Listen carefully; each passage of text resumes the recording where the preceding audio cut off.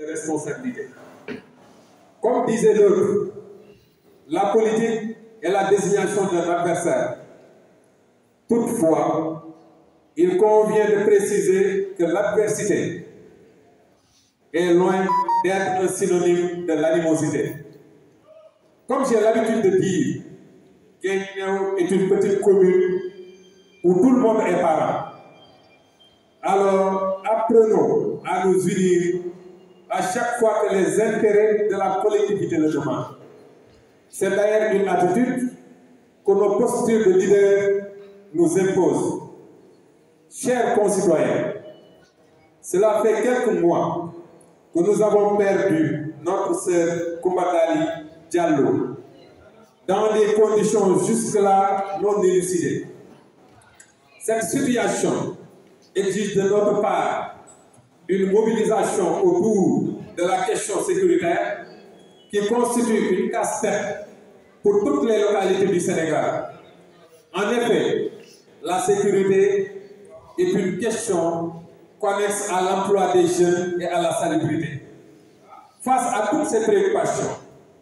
notre devoir en tant que leader est de rester droit dans nos bottes, à côté de la population, avec une oreille attentive et un esprit ouvert, afin d'apaiser les cœurs et de rassurer à chaque fois que de besoin. Dans la vie de chaque société, il existe des moments sombres avec des espoirs dissipés, mais les plus grandes sociétés se distinguent par leur capacité de résilience et leur prédisposition à distinguer les moments cruciaux où chaque démembrement doit jouer sa partition au profit de la communauté. Dans ces moments de trouble, le collectif pour la défense des intérêts de Guinguinéo, composé de citoyens engagés, de membres de la société civile et d'acteurs politiques, s'est distingué par sa pertinence dans la démarche, dans les idées et dans le discours. Les déloyances qui ont été soumises aux autorités constituent réellement la préoccupation des citoyens. Ainsi,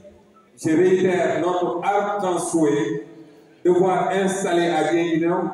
un commissariat de police, un tribunal d'instance, une perception du trésor et tout autre service dont un département a besoin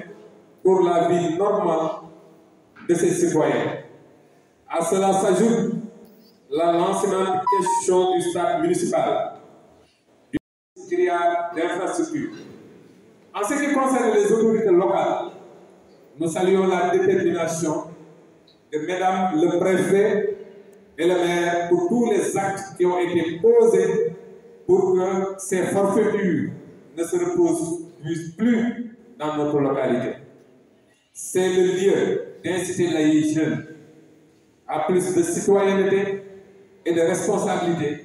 à chaque fois que des initiatives d'intérêt communautaire sont prises par ces dites autorités. S'agissant de la CFCG en études et sympathisants, des mouvements de soutien et de nos alliés, c'est l'occasion pour moi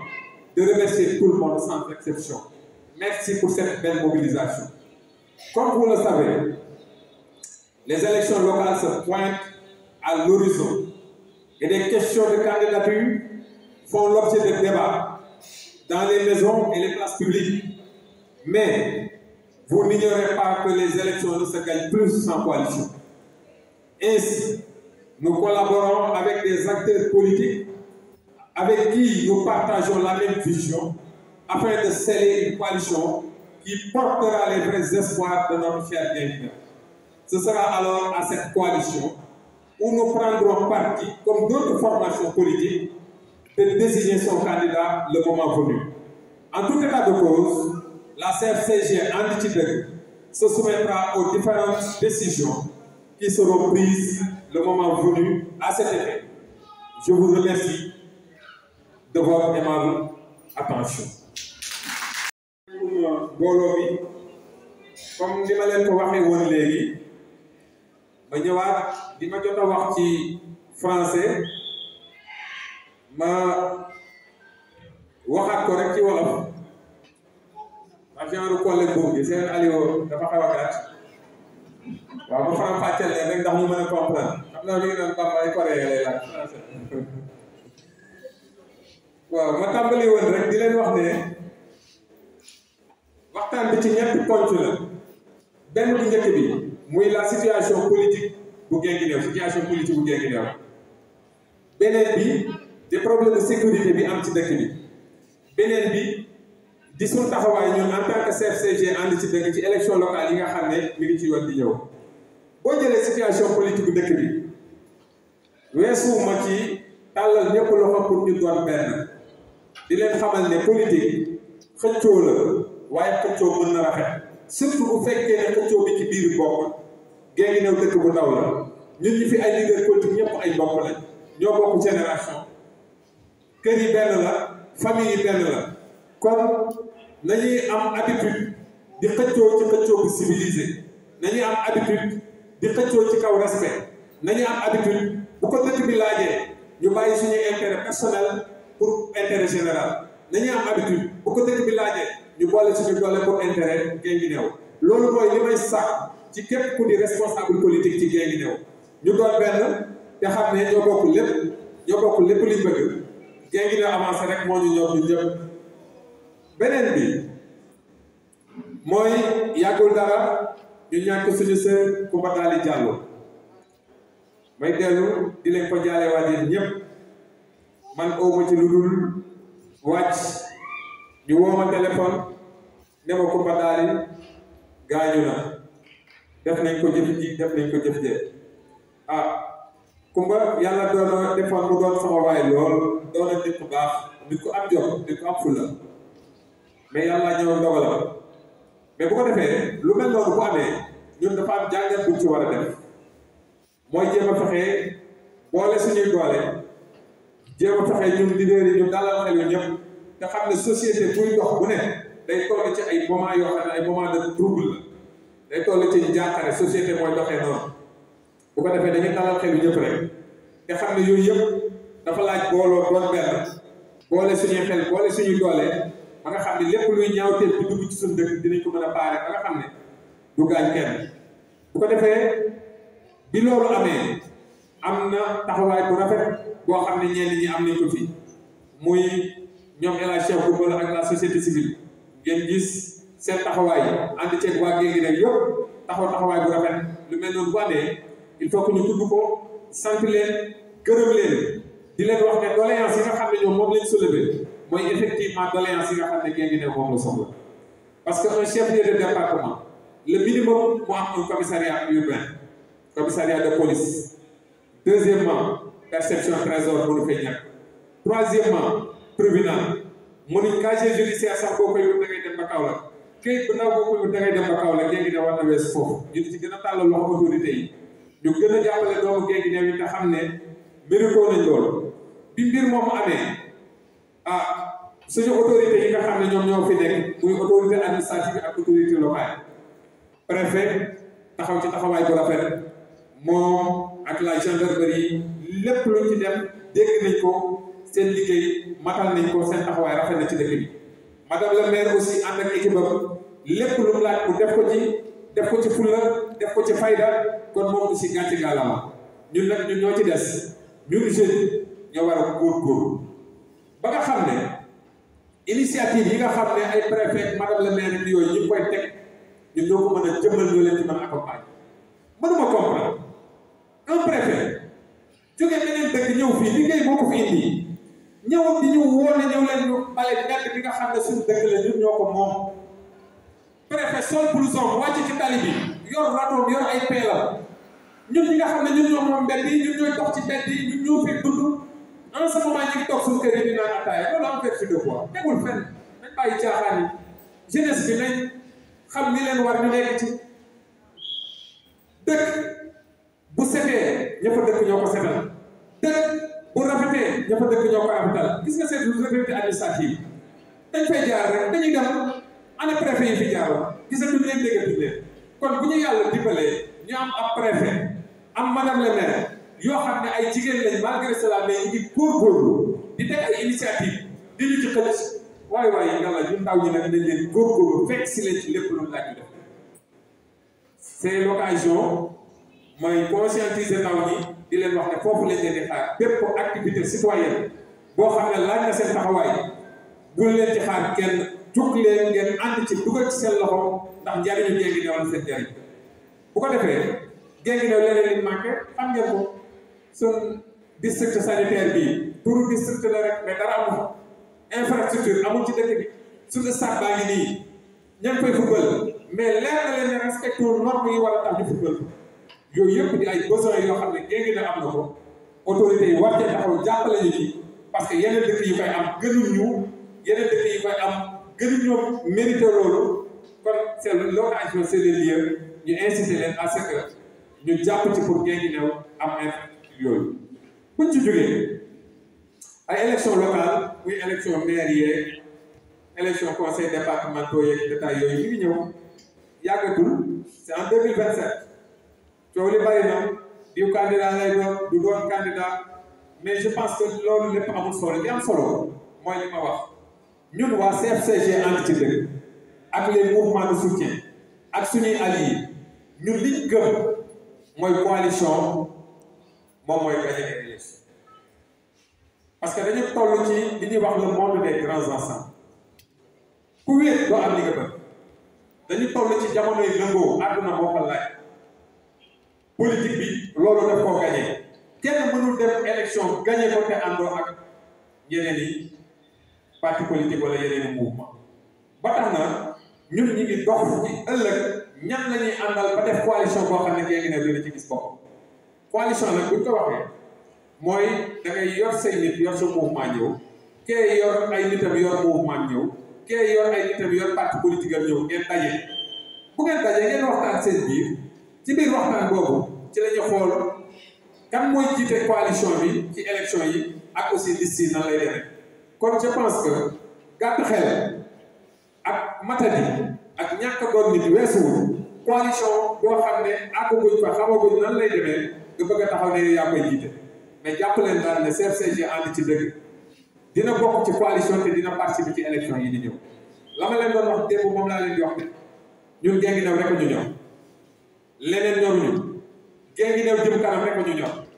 man nag yàlla dimbale na ma ba ma doon politicien bu xaw a particulier ci politicien yi amaana ni may doxee li ko sabab mooy sama indépendance man je suis indépendant kenn boobu li ma sentir lay wax li ma gëm lay wax ñi ma mën a lëngool lay lëngool bu ma tëddee damay nelaw képp ku ma xam ci loolu nga wax li tax nit ñi di daw di def ay transhumance ak di def yenn yi ma nekkuma ci yooyu parce que je suis pas dans l'opposition politique def ma ko pour jariñu mais dama koy def pour participer ci sama développement local loolu ma ci dugal kon ki nga xam ne day jug di politique juste pour dimbale ay doomu aadama kooku politique bu ko jaral yéen ñi bu ko defee nag yéen ñi nga xam ne man maa leen doy ngeen ànd ak ñun ba fii jàpp leen ne Guinguinéo buñ ko mus a xalaat Guinguinéo buñ ko mus a seetaan Guinguinéo lépp lu laaj incha allah dinañ ko def suñ engagement démb ça reste intact dara di diw ci du ma xuus ci politique bi boo génnee au niveau national kooku dama promettre ay nit ne du ma ci avancé parce que li ko waral bari na dafa bari ay raison mais quand même li nga xam ne moo di Guinguinéo di suñ politique bu commune moom am naa sañ-sañ ci xamal leen ci ban position lañ ci taxawee xamal leen aussi que ne bàyyiwuñ tey bàyyiwuñ ëllëg et que dëkk bi lu mu laaj rek incha allah dinañ ko def di bëgg ñëpp rek ku ci nekk di militant CFCG militant mouvement ànd fal Bamba Cissé li ngeen nekkoon nekk leen bu leen xuloo bu leen xeex continuer leen di conscientiser nit ñi di leen wax dëgg en fin de compte nit ñi dinañ xam ne defar rek moo leen tax a jóg te bu boobaa ndam dina am bu soobee yàlla may gërëm ñëpp nag sans exception ñi fi daje ñëpp may gërëm ñëpp ay waxeel di kontaan lool ci teewaay bi du ñu fi teew ñëpp ànd ak man am na ci ñoo xam ne ñu ngi ci yeneen formation mais teew nañ ndax fonk guñ ma fonk teew nañ ndax jàmm ju ma seex ak ñoom ak mbokkoo gi lu mel ni bu amee kon dama koy rafetlu di leen ñaanal suñu borom fay leen seen xol ku ci nekk sa yéene na la ko suñu borom fay ñi nga xam ne nag ñooy samay nit aussi jóge fu ne ma di leen jaajëfal ci engagement bi détermination yàlla nañu suñu borom jàppale defal ñu ndam Guinguinéo gi nga xam ne moo ñu tax di tëb di dal di góorgóorlu di def luñ mën yàlla nañu suñu borom jàppale ba yaakaar bañ a tas mbébét biñ ci am yàlla na suñu borom motte bu dee suñu loxo lay jaar pour defaru yàlla na suñu borom teg ko suñu loxo ñu defar ko bu dee ci yeneen loxo rek la mën a jaar pour defaru yi yàlla nañu ko suñu borom xañ jox ko ñeneen ñi defar man loolu laa gëm man na Guinguinéo defaru rek bépp acte bu nit di teg ma gis ci njariñu Guinguinéo boo laajtee ñooy la Bamba nga ca biir man noonu laay fonctionné waaw ay ndaw lañ di politique mais sincèrement politique sonoruma man Guinguinéo ma sonal bu Guinguinéo jagee rek bu ma tëddee nelaw maa ngi jaajëfal ñëpp benn par benn di jaajëfal aussi sama responsable yi nga xam ne ñoom aussi duñ noppalu guddi duñ noppalu bëccëg ñi ngi fi un peu partout ci salle bi ñi ngi toog nii ci table bi ànd ak man ma di rafetlu seen taxawaay seen engagement boobu léegi xaatiwul benn yoon luñ mën ñu ngi koy def pour ce projet ñu am ci ndam Guinguinéo jëm kanam di jaajëfal ñëpp kon ñu gàttal bala temps di gën a waaw d'accord léegi je vais donner la parole aux journalistes bu ñu amee ay questions ñu posé ko waaw juste savoir mon point de vue par rapport au chemin de fer qui a été vraiment un moteur de développement pour la commune de Guinguinéo et qui a connu une mort, je peux dire même une mort, hein. Cela fait quelques années, vous l'avez constaté. Nous sommes de Guinguinéo, nous avons grandi ici, nous avons fait toute notre enfance à Guinguinéo. On a grandi avec le chemin de fer. Mais malheureusement, la situation est là, on le constate tous, avec ses conséquences à tous les niveaux. Et que c'est une doléance quand même pour la population de Guinguinéo, non seulement, et pour les autres populations des différentes localités où le train passait. Parce que c'était un facteur de développement. Bon, on a l'occasion d'entendre, ou on a l'habitude d'entendre que le projet est ficelé, par-ci, par-là, ça va démarrer, mais juste là, rien n'a été fait. C'est le lieu aussi, comme vous nous interpellez sur la question, de lancer un cri de cœur à l'endroit des autorités pour qu'ils prennent conscience de tous ces intérêts qui sont derrière ces rails-là, de tout ce peuple-là qui est derrière ces rails-là, de toutes ces vies qui sont derrière ces rails-là. Qu'elles sachent que Guinguinéo et beaucoup d'autres localités comptent beaucoup sur ce chemin de fer. Je pense que maintenant qu'on va voir la question qui me pose, moi, je me dis qui rail bi nga xam ne dafa dee ban gis-gis la ci am ma di ko ci tontu rek di ko wax ne ko raay bi effectivement ñun dañoo juddoo ci dëkk bi yaroo fi màggee fi raay bi nekkoon ak ñun train yi daan fi jaar ñu daan dem gaar ba di wuti ay mango bu fi train express doon jaar kon ñun lu nit ñi xam ci raay bi ñun xam nañ ci lu bari mais malheureusement dañu constaté que ne raay bi dee na mel ni autorité dañ koo fàtte alors que ci ginnaaw raay bi dañuy fàtte doomu aadama yi nga xam ne ñoo ciy dund raay bi bëri nañu doon dundal express bu daan romb bëri na ñoo xam ne fa lañ daan daw di jaay ay crème ñi di jaay ay glace ñi di jaay ay mango ñi di jaay ay gerte ku ci nekk selon ses possibilités di am loo xam ne yaa ngi ko yóbbu sa kër borom calèche yi borom witir yi di jëlee ay clients yi voilà activité bi dara dox mais malheureusement bi train bi dee ak léegi loolu amatul Guinguinéo te du Guinguinéo doom dëkk yu bari yoo xam ne train bi dafa daan jaar c'est la même situation parfois nga dégg ñu ne projet yi defar nañ ko fii nangam parce que benn moment dem naa Paris même am ku may waxtaanal bu di ma wax ne ma projet chemin de fer Sénégal bi ficelé nañ ko ba financement bi génn na loolu ñu ko waxoon depuis 2016 depuis Paris lañ ko waxee 2016 ba 2025 ça fait 9 ans gisuma raay gisuma lu jege raay gisuma train mais may wax ne occasion la pour ñu lancer un appel aux autorités ñu xam ne ci ginnaaw train bi daf ci bari ay famille yu ciy dund nañ xam ne ci ginnaaw train bi daf ci bari ay doomu aadama yoo xam ne dañ ci wekk seen yaakaar luñ ci mën ñu def ko parce que Guinguinéo mérité na loolu Sénégal war na romb foofu je pense que c'était clair. Ok, merci. Ku ci am beneen question parce que Guinguinéo a actuellement assez de responsables yoo placé pour en parler et pour porter un pareil projet. Et je pense que ça fait partie des préoccupations des jeunes, de toute la jeunesse d'ailleurs, de toute la jeunesse. Parce qu'à chaque fois qu'il y a besoin, les jeunes soulèvent la question et l'apportent notre parcours pour dire que ce n'est pas une question qui n'est pas inconnue. Ce n'est pas une question inconnue, c'est une question bien connue ici à Guinguinéo. Toutes les autorités en sont conscientes. Voilà, il reste maintenant de la volonté. Il reste de la volonté. Voilà, et j'ose espérer que ça aura un dénouement heureux. Peut-être d'ici peu de temps. On le souhaite quand même. On le souhaite. Parce que vraiment, l'épanouissement de la jeunesse est très important. Est très important. Bon, la deuxième question relative aux élections. Aux élections à venir, ma candidature. Ah, d'accord, aux infrastructures de Guinguinéo. Bon, pour la question relative aux infrastructures de Guinguinéo aussi. Bon, je pense que nous, on ne fait que notre devoir. C'est soulever les questions, les porter au niveau national, en parler, débattre là-dessus, réfléchir sur les voies et moyens pour y remédier. Maintenant, c'est des questions qui dépassent nos possibilités. C'est des questions que seules les autorités étatiques peuvent gérer. Et j'ose espérer que le nécessaire sera fait. D'autant plus que Guinguinéo est un jeune département. Et comme je l'ai dit tantôt, Guinguinéo est actuellement représenté au niveau de l'État. Et j'ose espérer que toutes ces questions-là seront soulevées et que ces représentants-là auront la carrure, la personnalité et la volonté nécessaires pour que les autorités fassent ce qu'ils doivent faire, ce qu'elles doivent faire du moins. En tout cas, il y a de l'espoir, tu le sens un peu partout. Maintenant, c'est juste une question de temps. On laisse le temps au temps, après la population va juger.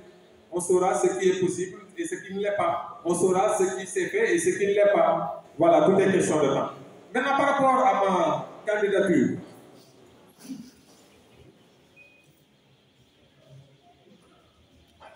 vous demandez qu'est-ce que j'attends du gouvernement actuel. C'est une question à laquelle je préfère ne pas répondre. Voilà. Je suis de l'opposition. Je ne suis pas avec le régime. Pour des questions de principe, la salle est composée de citoyens de Guinguinéo qui me connaissent très bien, qui connaissent mon parcours, mes convictions. Tout ce que je fais, je le fais par conviction. Quand je suis avec quelqu'un, tout le monde sait que je suis avec quelqu'un. Mais quand une personne ne me convient pas, pour rien ne montre, je me range de son côté. Voilà, le régime actuel ne m'a pas convaincu, malheureusement, et il ne parvient pas à me convaincre, malheureusement, je ne suis pas avec eux. Et je ne compte pas être avec eux. Voilà. Toutefois, je suis citoyen sénégalais. Je suis citoyen. Et nous avons un mouvement de convergence communale. Notre mouvement s'appelle Convergence des forces citoyennes de Guinguinéo, dans laquelle il y a toutes les composantes. Il y a beaucoup de partis politiques là-dessus, il y a beaucoup de mouvements là-dessus. Parce que souvent, la plupart de mes militants, au niveau national, sont bon, je ne les appelle pas des patriotes, mais des patriotes Sonko, comme j'ai l'habitude de dire. Ce sont des militants de Sonko. Mais au niveau communal, ils croient en mes capacités à gérer cette commune. Ils croient en mes possibilités pour sortir Guinguinéo de la situation. Mais ils ont leur point de vue que je respecte. Par respect à ces personnes-là, je ne peux pas me permettre de dénigrer ou de donner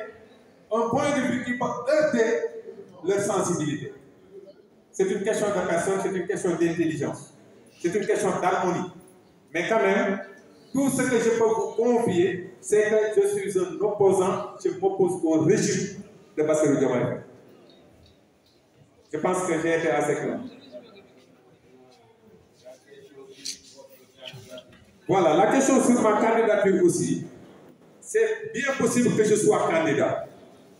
Parce que tout le monde sait que ce qui m'a toujours intéressé, c'est la commune de Guinguinéo. parce que je me dis que j'ai tout ce qu'il faut pour faire avancer Guinguinéo. J'ai tout ce qu'il faut pour continuer la mission qu'avaient entamé nos parents. Étant donné que toutes ces conditions sont là, rien ne s'oppose à ce que je sois candidat. J'ai été candidat pour les locales passées, même si j'étais un candidat malheureux, mais j'étais candidat. Et la population de Guinguinéo aussi compte beaucoup sur moi. Mais, comme je vous dis, par respect à nos futurs coalisés ou à nos futurs alliés, je ne peux pas me permettre de faire une déclaration de candidature actuellement. C'est une question de cohérence, c'est une question d'élégance. Voilà, mais dites-vous que je suis citoyen de Guinguinéo, je suis acteur politique et j'aspire à diriger cette commune dans le futur. Je pense qu'il était assez clair. Merci. Bon, question bu njëkk bi mu laaj ma ci infrastructure Guinguinéo yi je pense mooy question bu njëkk bi. waaw Guinguinéo problème infrastructure bi am ak bon ban taxawaay lañ ci yaakaar di ko espérer ci autorité état yi. bon moo di leen wax ne leen effectivement Guinguinéo actuellement am nañu ko représenté ci autorité état yi. je pense que loolu doy na pour ñu am yaakaar ci ne suñu yenn problème yi dina réglé wu. entre li nit ñi di yaakaar nag ak li am kooku yàlla rek a xam te question de temps nit ki moom bu faloo da koo fal ci kaw yaakaar léegi tu laisses le temps au temps fii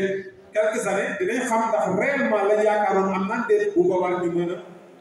a juger ñu mën a atte waaw mais nag bu ñu sañoon Guinguinéo am yenn infrastructure yi parce que lu dëkk di am rek Guinguinéo war na ko am Guinguinéo mérito bon beneen question bi mu laaj ma ci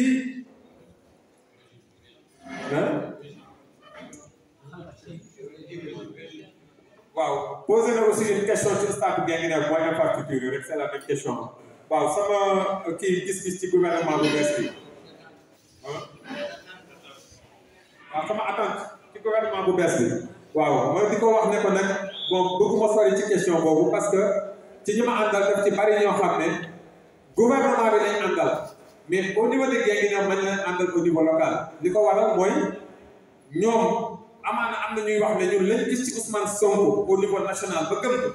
lañ gis ci Bamba Cissé au niveau local ba gëm kon ñu mel noonu bu fekkee dañoo bàyyi ñoom seen parti nekk ci détail yu demee noonu gëm man samay conviction ba ànd ak man au niveau local man aussi dina xaw a respecté tuuti ñoom seen i conviction parce que nit duñ la may lépp nga jël lépp ay élection jaar na fi ba sëgg ko ndax situation bu demee noonu parce que xam naa ne ci samay nit am na ci ñoo xam ne Pastef lañ gëm ci samay nit am na ci ñoo xam ne Barthélémy Dias lañ gëm ak ñeneen mais ñooñu doo leen wax bàyyi leen ci li ngeen nekk da ngeen ñëw man ci fi ma leen di joxe comme maag ñoom suñu convention ba fi ñu tolloon Guinguinéo la da ngay respecté loolu sëgg lu bari bàyyi leen ci seen i conviction noonu la mbir mi demee ma wax ko ci biir waxtaan bi tamit que ne képp ku ma xam xamee ma conviction képp ku ma xam ne du ma def lu ma gëmul malheureusement régime Diomaye Faye ba moment bi convaincre luñ ma defaguñ lu ma convaincre te fas yéene wu ma ànd ak ñoom ba fii ma toll amaana nag ëllëg ñu def lu ma convaincre yàlla rek a xam mais ba fii ñu toll daal gisuguma lu ma convaincre sincèrement voilà léegi mu posé waat beneen question ci élection locale yi di ñëw ndax dinaa doon candidat ak du ma doon candidat bon foofu li ma ko tontu mooy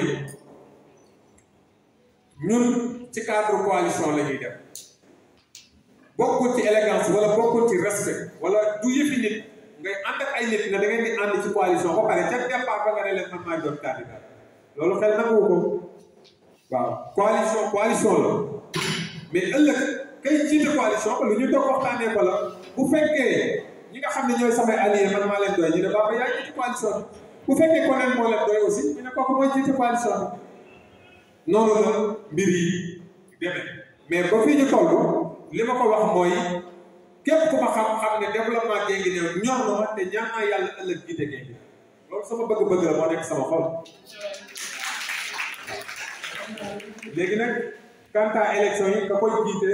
ka cay topp ak yooyu moom mënuma cee wax tant que coalition amul ba ñu décider ne kii moom jiite coalition bi may jaajëfal ñëpp waaw je pense que li ma wax leer na du ci am beneen question nga posé ko jàppale autorité administrative yi nga xam ne ñoo nekk ci dëkk bi taxaw en tant que citoyen lépp lu kilifa yi yëkkati ñu ànd ca ñoom jàppale leen dooleel leen parce que suñu bopp lañ ko defal. may rappeler une fois encore que politique aussi bu jotee dañu xam ne politique dafa jot bu weesoo ñu xam ne politique weesu na bokk lay bokk bàyyi ànd jël problème bu dëkk bi ànd defal ko. may lancer un appel à tous les acteurs politiques de Guinguinéo ñu doon benn mën di ràññee kañ lañu war a xëccoo ak kañ lañu war a am loolu ça me tient à cœur. beneen bi di gërëm ñëpp ñi nga xam ne dañu déplacé wu ñëw ci conférence de presse bi di gërëm aussi membre CRCG ànd ci dëgg ak membre mouvement ànd Fal Bamba Cissé yëpp maa ngi gërëm ñëpp di gërëm suñu allié di gërëm responsable politique yi ma àndal di gërëm sama jigéen ñi di remercier particulièrement tous ces journalistes locaux ak yi jóge Kaolack ñëw te surtout conférence de presse je pense que li ngeen fi dégg doy na leen waxtaan bi am na solo